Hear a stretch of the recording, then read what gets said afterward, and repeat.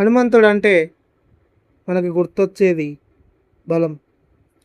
పర్వతాలు ఎక్కిన పర్వతాలు ఎత్తిన శక్తి, సముద్రం దాటిన వేగం. కానీ ఆయన అసలు గొప్పదనం ఆ శక్తిలో కాదు, ఆయన మనసులో ఉంది. హనుమంతుడు మనకు నేర్పిన గుణాలు. విశ్వాసం జీవితాన్ని మార్చే గుణం.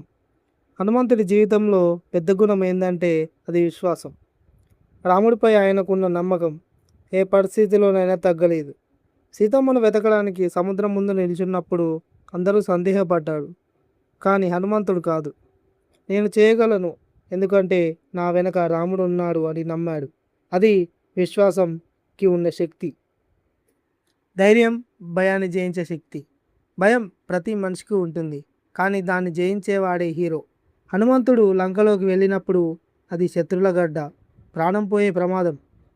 కానీ అతడు ఒక్క క్షణం కూడా వెనక్కి తగ్గలేదు. నేను రామదూతను అని గర్జించాడు. అది ధైర్యం కాదు, అది నమ్మకంతో వచ్చిన అజేయ శక్తి. వినయం గొప్పవాడిని చేసే గుణం. హనుమంతుడికి ఉన్న శక్తి ఈ ప్రపంచంలో ఎవరికీ లేదు. కానీ ఆయన ఎప్పుడూ తనని తాను గొప్పగా భావించలేదు.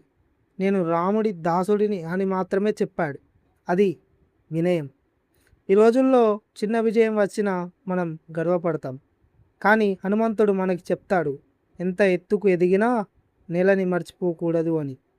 సేవ స్వార్థం లేని జీవితం. హనుమంతుడు తన కోసం ఏమీ చేయలేదు. ప్రతి పని రాముడి కోసం మాత్రమే చేశాడు. లక్ష్మణుడు పడిపోయినప్పుడు సంజీవని కోసం పర్వతాన్ని తీసుకువచ్చాడు. అది సేవ కాదు, ప్రేమతో చేసిన త్యాగం.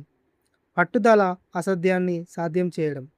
సముద్రం దాటడం, లంకలోకి వెళ్ళడం, ఇవి సాధారణ విషయాలు కావు.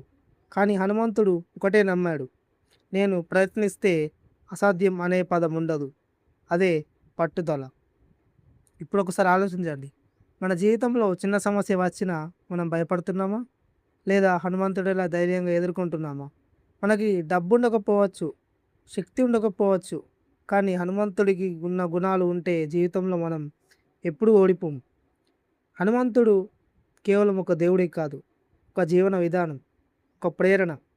మీరు కూడా జీవితంలో గెలవాలనుకుంటే హనుమంతుడిని పూజించడం మాత్రమే కాదు, ఆయన గుణాలను జీవితంలో పెట్టాలి. అప్పుడు మీ జీవితం యొక్క విజయగాథ అవుతుంది. ఈ వీడియో నచ్చితే లైక్ చేయండి, షేర్ చేయండి. మరిన్ని ఇలాంటి పవర్ఫుల్ స్టోరీస్ కోసం సబ్స్క్రైబ్ చేయండి. Thank you.